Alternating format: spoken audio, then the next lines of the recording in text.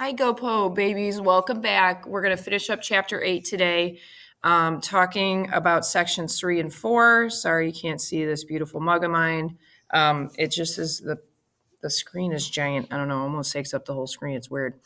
So today we're going to learn about two things. We're going to learn about the freedom of religion, and then we're going to look at the rest of the First Amendment and the Second Amendment, actually. All right, so freedom of religion is the first thing that's talked about in the Bill of Rights.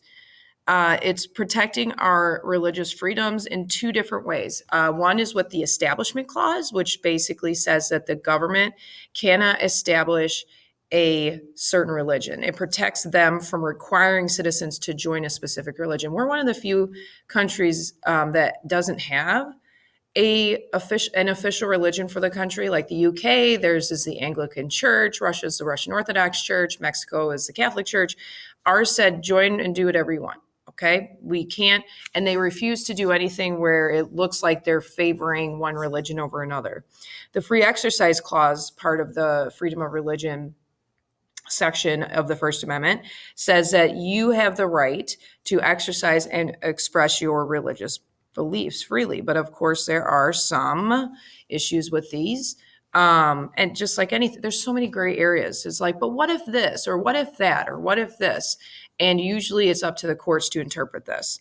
So I have three cases here. The reason Engel versus Vitale is in bold is because that's one of your 15 that you have to know. But here's some other cases just so you can understand. You don't necessarily have to memorize the name of those cases, but it's nice to know the rights that are interpreted with those cases, the rights and liberties. So Board of Education versus Allen. In this case, about the Establishment Clause, the Supreme Court affirmed the principle that there could be permissible forms of taxpayer support for private religious schools. And what they're talking about here is a lot of people were like, well, taxpayer money can't go to private schools because they're promoting religion. And that would be like as if the government was promoting religion. And this court case says it's okay to give them money if it's not for religious purposes. So like for like math textbooks or something. Engel versus Vitale, that was a case about school prayer. And states had sponsored, meaning like the state governments had made it so that like after the pledge every day, you would have to say a prayer. And Engel versus Vitale said that these state or school sponsored prayers violate the Establishment Clause. And that's the key point right there. School, if you look at it, school sponsored prayers right there, or state sponsored prayers. Can people pray on their own in school? Yeah, but that's them doing it themselves. It can't be forced upon the kids by the state or the school. In the next case, Abington School District versus Shemp, that case struck down a program that involved reading of 10 verses of the Bible and reciting the Lord's Prayer at the beginning of the day. They might, you can read those things, but not in a religious or setting or in like a form of worship. You can read the Bible. I could make you guys read the Bible in class. I could say, let's read the first 10 amendments and compare it to the laws of today. I can 100% have you do that because that's not for worship. That's for discussing law. Or I could have you read the Quran if I'm teaching world history and I'm teaching about Islam and the beginning of Islam. So, but I can't do it in a worship type of way. So what's the current status on prayer in public schools? Students may not pray during instructional time, but they may at their own discretion during non-instructional time. So like during study hall or something, or like if you're getting some free time. They may participate in organized religious student groups and clubs under the same rules as secular clubs. We for a long time had the FCA, the Fellowship of Christian Athletes. That was a club here. But it was voluntary, so that's why it's allowed. And school officials may not encourage or discourage prayer, but may participate when it's not in their official capacity. So like, for instance, if there's like the prayer on the flagpole in the morning before school, like I could be a part of that with other students because it's a volunteer thing and it's not like me teaching. What about government involvement with religion? This is where it was kind of that idea of should schools get money from the government from taxpayer money if they're private or parochial. And this is where Lemon versus Kurtzman come in and says, okay, we're going to like actually break down when they can get the money. The Board of Education versus Allen said, yeah, they can. Lemon versus Kurtzman's like, well, here's how specifically. So they said that number one, they can get programs if they are secular in purpose. These private schools can get programs if they are secular in purpose, meaning not religious. Number two, this is known as the Lemon test. The effects must neither advance nor inhibit religion. So, I mean, I think the easiest one to think about in a lot of this is like teaching math in a Catholic school. And then must not foster excessive entanglement between religious and government. I'm telling you, just in the Lemon test, a math class in a religious school 100% passes that. Or like maybe a gym class. All right. So Americans can hold any religious belief with free exercise, with the free exercise clause. Well, of course, there's questions to this. In the court case, Wisconsin versus Yoder, again, this is capitalized, or I'm sorry, bolded because it's one of your 15. There was, in the state of Wisconsin, the Amish challenged the Wisconsin compulsory school attendance law that required kids to attend school till they're 16 because they felt like they should be done by 8th grade, according to their religious beliefs. Took it all the way to the Supreme Court, and the Supreme Court sided with Yoder. They said the state of Wisconsin is violating your free exercise rights. So basically, it's okay to exercise your freedom. Another one would be West Virginia Board of Education versus Barnett, where they said that you don't have to say the Pledge of Allegiance to the flag every day because it can be considered against your free exercise if you feel like you're worshiping or pledging yourself to a false idol. And the free exercise clause covers a lot of those things, but it doesn't cover stuff if it's illegal or against the good morals of society. So I can't, smoke weed in the name of Catholicism and drive under the influence and be like, well, I'm driving to church and church says I can smoke weed. You can't do that. It can't be like that. Or I can't murder someone because of in the name of my Catholic faith. Like, can't do that. Like, it's illegal. Okay. So those are things that kind of like, that's where the free establishment clause doesn't cover you. So why do these conflict with each other so often? Because there's so many gray areas. But what about this? But what about that? But what about this? So that's constantly something that they have to worry about. All right. The last section is that we're talking about today is freedom of expression. So freedom of expression is a fundamental right in the First Amendment, and that is found in speech, press, assembly, and petition. Basically, it's our right to criticize others. It's our right to talk against each other. And I want you to understand this, and you need to crystal clear understand this. These liberties given to us in the Bill of Rights are not meant to protect popular ideas, because no one feels threatened by popular ideas. But I want you to think about this right now. Think about your belief on abortion, okay?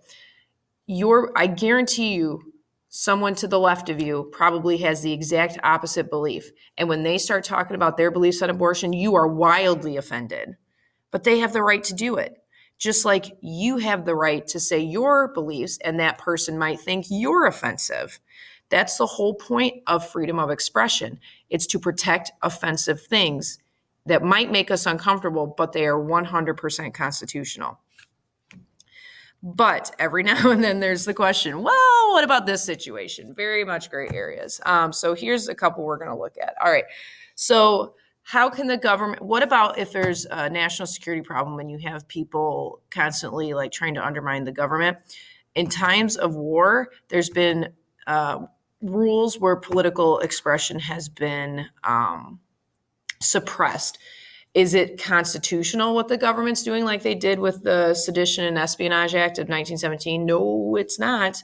But usually people don't complain about it. Is it constitutional for governors to shut down churches and synagogues during COVID? No, it's not. But in the name of safety, that's what they're doing, and people don't necessarily complain about it. Some people are complaining about it, but that's kind of what I'm saying. Is it constitutional? No.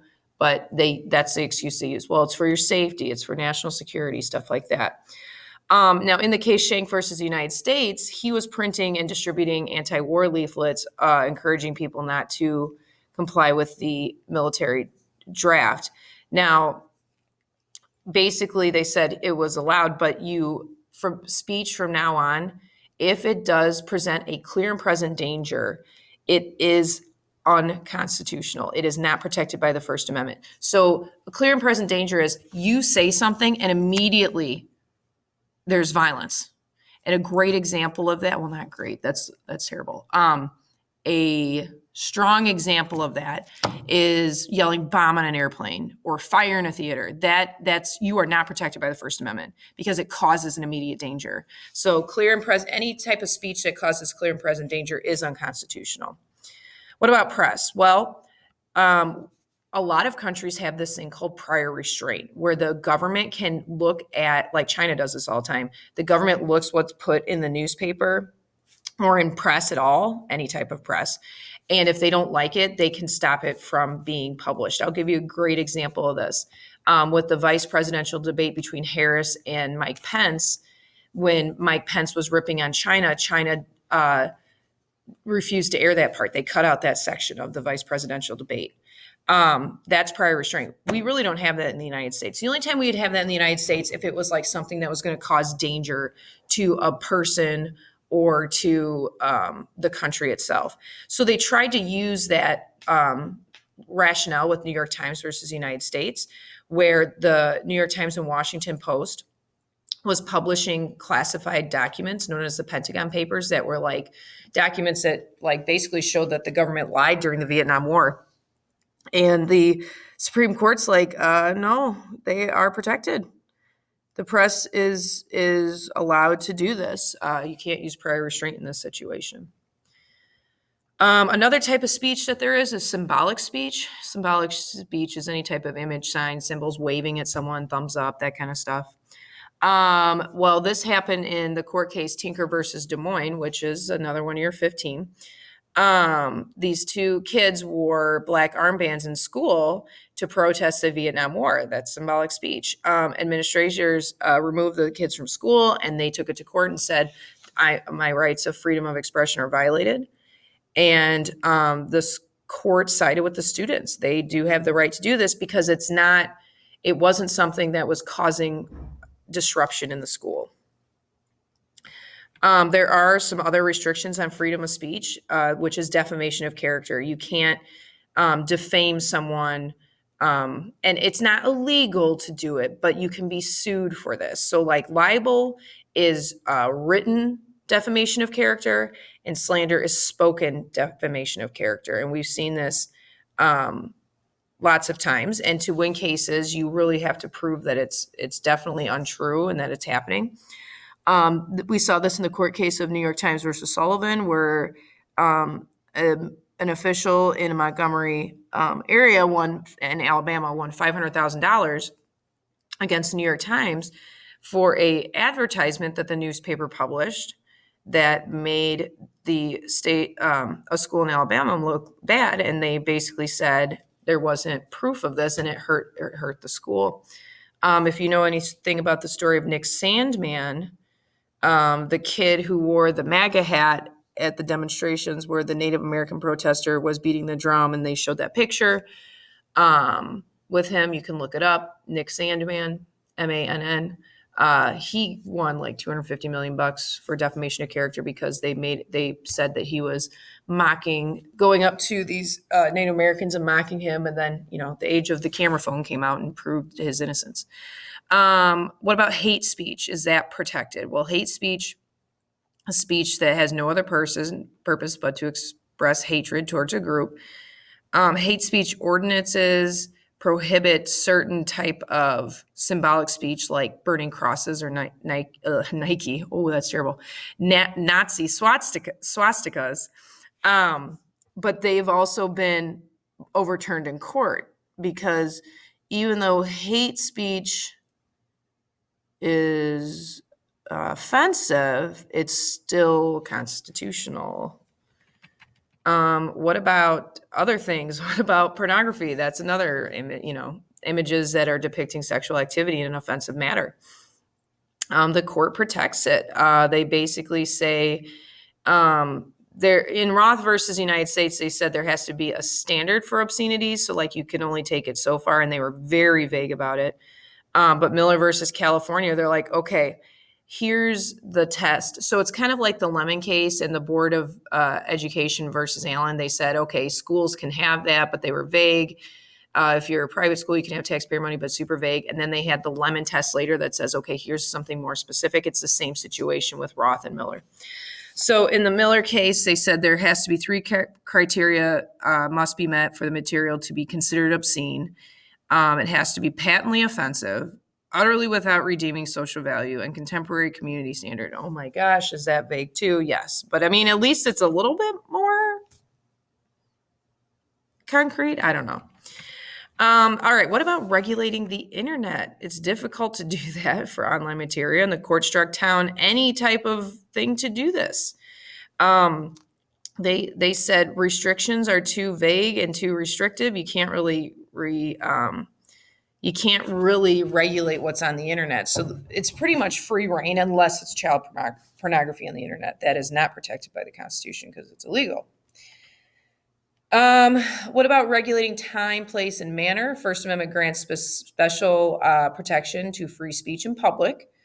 The burden is placed on the government to a government's attempt to restrict speech in the public forum. So, like, basically, you have a better chance if you want to have a protest than the government would have of stopping you. But they can impose reasonable restrictions on time, place, and manner. So, like, a lot of times, if you want to have a march, you need to file a permit. And if they notice that the public safety and order is getting out of control, they can step in. So freedom of assembly has received less attention from the Supreme Court than religion and speech. But one case, probably the most famous case that it got incorporated with, was DeYoung versus Oregon. So a court overturned an Oregon law under which a member of the Communist Party had been convicted and sentenced to 7 years in prison for holding a public meeting. And they basically said, you can't throw someone in jail for having a public meeting of something you don't like to hear.